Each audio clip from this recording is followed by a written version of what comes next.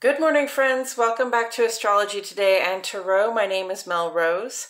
This is the Tarot portion and the second half of my daily astrology vlog, which you can check out on my other channel, Astrology Today with Mel Rose. Over there, you'll find a description of the day's astrology as I have spelled it out here. Here, I will discuss the tarot card that sits on the side of the page, and then I will play another card that, in the context of the day's astrology, may just give us something more to think about. So, let's get into it. The card that currently sits on the side of the page is the Four of Pentacles, and it's here because it represents or corresponds in astrology with the last 10 days or the third decan of the sun's transit here in the land of Capricorn. Capricorn is an earth sign, and Pentacles and Tarot represent earth element symbolism. Earth element symbolism is about our physical, material resources and what it is we're willing to do with them in terms of work, in terms of investment and expenditure, to create a sense of support, stability, structure, balance, and even abundance in our lives. And so we come to the Four of Pentacles. And what we see here is a person who looks pretty committed to conserving their material resources. You see that they're kind of richly dressed. I think it's funny that he's dressed a little bit like a king, even though he's not, right? Actually a king. But it indicates, like, you see how tightly he's holding on to those coins, and he's got it very much on his mind, and he's holding it close to his heart. He's standing on it. It's like he doesn't want it to go anywhere. He's going to hold back all those resources. He's going to save them all up. And, that really creates a sense of security. It can really, definitely make one feel like a king in the sense that you may feel like you have, a certain amount of control and agency over what happens in your life. So this card points to being conservative, feeling secure, being frugal with our coin, which is important. And it often indicates that there's been an accumulation of wealth of some kind. And so it's natural to be protective about what we've earned. But we have to remember, we want to remember not to be stingy, right? It's one thing to save up what you have, for a purpose, for a time, place, or purpose. But if you find that you have more than you need and then somebody comes to you for help, think about helping them out, because that's part of the beauty of having those resources saved up, is that you can be a good resource for someone else when they're in need. So keep that in mind. And we got the Ten of Pentacles again. I think we got this on the first day of the Four of Pentacles. So, this is a lovely contrast. Ten of Pentacles is our ultimate expression of material security. And you see, I always look at the center of this card and I see somebody who appears to have just arrived home, perhaps, and they're meeting there with probably their spouse or their loved one, their child. There are a couple of dogs there. Dogs represent loyalty. And there's even an elder in the household, which, I love that there's this sort of sparkle around the elder there that says, that there's wisdom and maturity that comes with keeping your family close and working hard to, maintain a good home for them. So the Ten of Pentacles speaks to, once you've reached that ultimate level of security, you will find that it wasn't just about saving the money or having the nice things, that it was also about, protecting the people that we care about and sort of building a place, whether that be a house or some sort of structure, or just like, a network of support with the people that we care for. Such that everybody feels supported and everybody has everything they need, and probably a little bit of some of the things they want to. I love the fact that the pentacles are in the shape of a Venus here. You see Venus on the page here. It's in the shape of Venus, and Venus is very much about what we value. It's about what we would like to receive and how we draw in the good things that we like, love, and can't get enough of. So, understand that when Venus points to value, it's not just pointing to money. It's not just pointing to the work that we have to do to get the resources, right? It's also pointing to the people we value, the pets we value, the relationships that we value, that constitute the network of support that we rely on. So, 10 of Pentacles on the page. Well, Mercury is trine to Uranus and the North Node in Taurus. These are both in Earth signs, Earth element signs, Capricorn and Taurus. So this is initiating structure and this is establishing structure, right? Like doing the work, making the plan, putting in the work, knowing that there's a goal we can achieve, and having done so, being able to sort of put it in a place, right? Establishing it, knowing where it is, knowing what to expect from it, how to have it, and how to keep it. Uranus has been in Taurus for a while. It will be in Taurus for a while, has been conjunct to the North Node for months and months. And that's interesting because North Node in Taurus says that our trajectory, not just our personal trajectory, but culturally, our trajectory is toward the security of material resources, right? We're all working on getting the security of material resources, established in our lives. And then Uranus has been conjunct to the North Node, and Uranus is about sort of exciting new developments and changes that happen very quickly and adjustments that we have to make. So not a very good mixture, not entirely comfortable Uranus in the sign of Taurus, because Taurus likes things to be reliable, likes to know what to expect and where to find what we're looking for. And Uranus is saying, maybe you don't know what to expect. Maybe you won't be able to find what it is you're looking for this time. Maybe this time you'll have to try for something else.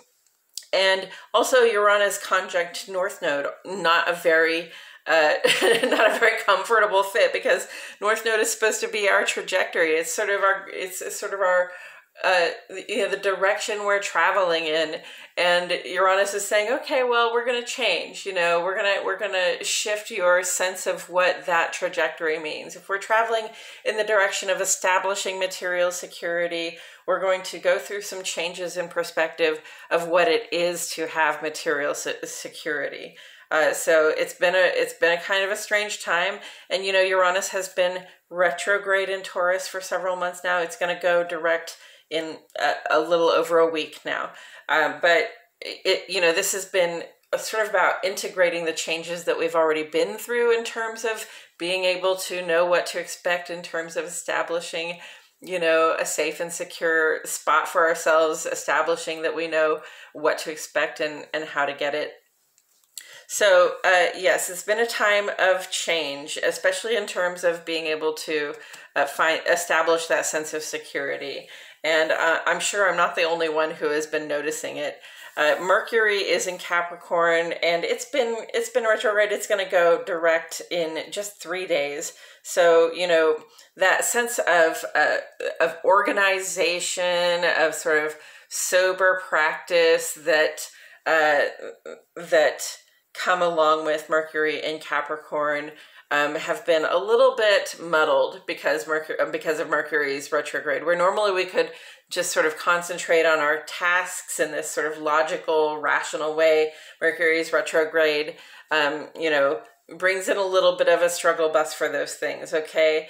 It might slow us down in our efforts. It might just sort of reduce our ability to focus on the rational approach to things. And, my experience has been one where I feel ready to make these starts, I've got these really specific plans in mind, and I feel ready to get the ball rolling, and I've done my best to get the ball rolling. I've done what I can. I'm doing what I can, to be ready when it's time for that ball to roll, but I'm simply having to wait for other circumstances to catch up with me, right? My collaborations can really only move as quickly as the slowest moving part.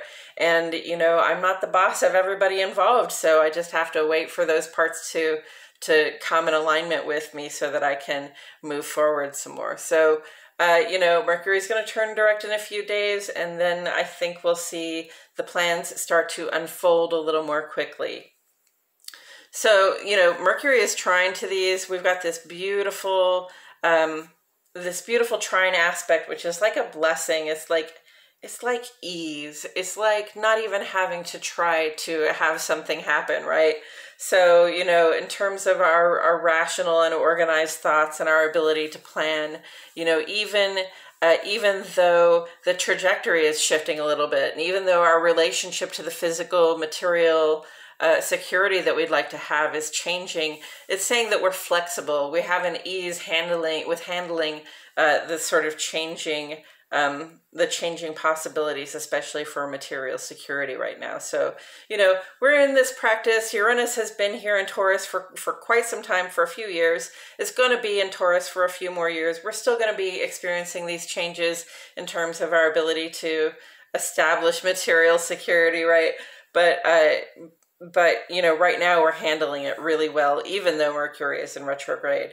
And Mercury will go direct and we'll still be handling it really well. We'll be able to make our plans for the future based on our understanding that this is changeable right now, just based on our understanding of the fluctuation of the availability of resources right now, okay? So I think that's really good news, actually. And then put it together with the Four of Pentacles. And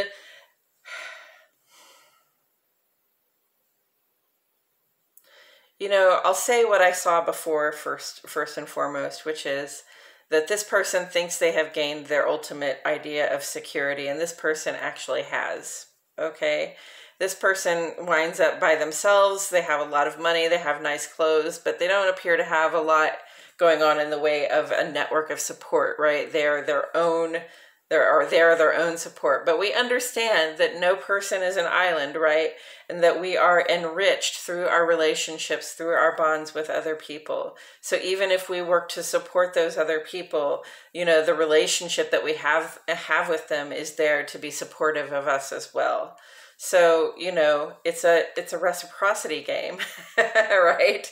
We have to invest not just our thoughts, not just our love, not just our time, not just our money, not just our efforts, but all of those things, in these relationships with the people that we care for and who care for us, so that they can, be safe, investing those things in us as well.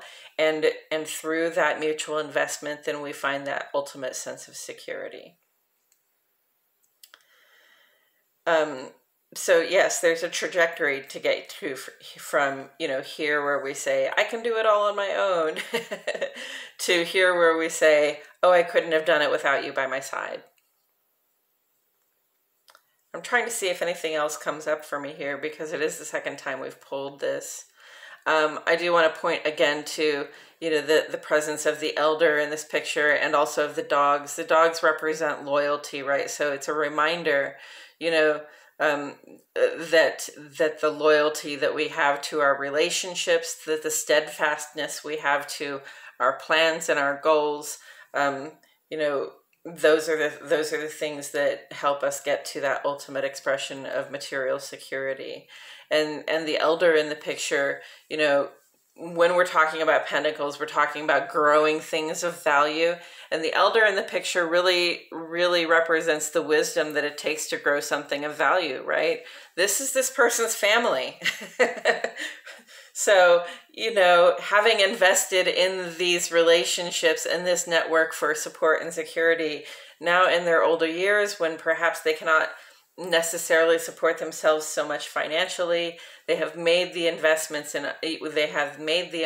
over time such that this network for support is here for them, and that there's magic in that wisdom. There's definitely something that's coming in here that's telling me, ask an elder, okay? If it's not somebody in your own family, it can just be somebody that you look up to, somebody who has achieved the level of material security you would like to have, who is, like a happy family that seems to have good relationships, that seems to live in comfort, and to, be so well connected that they don't ever seem to have to do things on their own. If you find somebody like that, go and pick their ear, talk to them. If you find yourself in this situation where you're on your own or virtually on your own, and just sort of struggling to hold on to your own resources and and to feel secure through that. And you're finding that maybe this isn't the most secure feeling. It feels rich, but it doesn't feel very connected, right? Feels like you could lose it all in a day if you're not very careful. Go and find this person who has the wisdom, who's been there, and who has, created the network for support that they now rely on, and have a conversation with them about it. See what wisdom you can glean. Always, take into account the value and the availability of the wisdom that your elders have for you. And I think that's all I have to say about it today. Thank you so much for joining me. I truly appreciate your presence here. My name is Mel Rose, and I will see you all back here tomorrow for more Astrology Today and Tarot.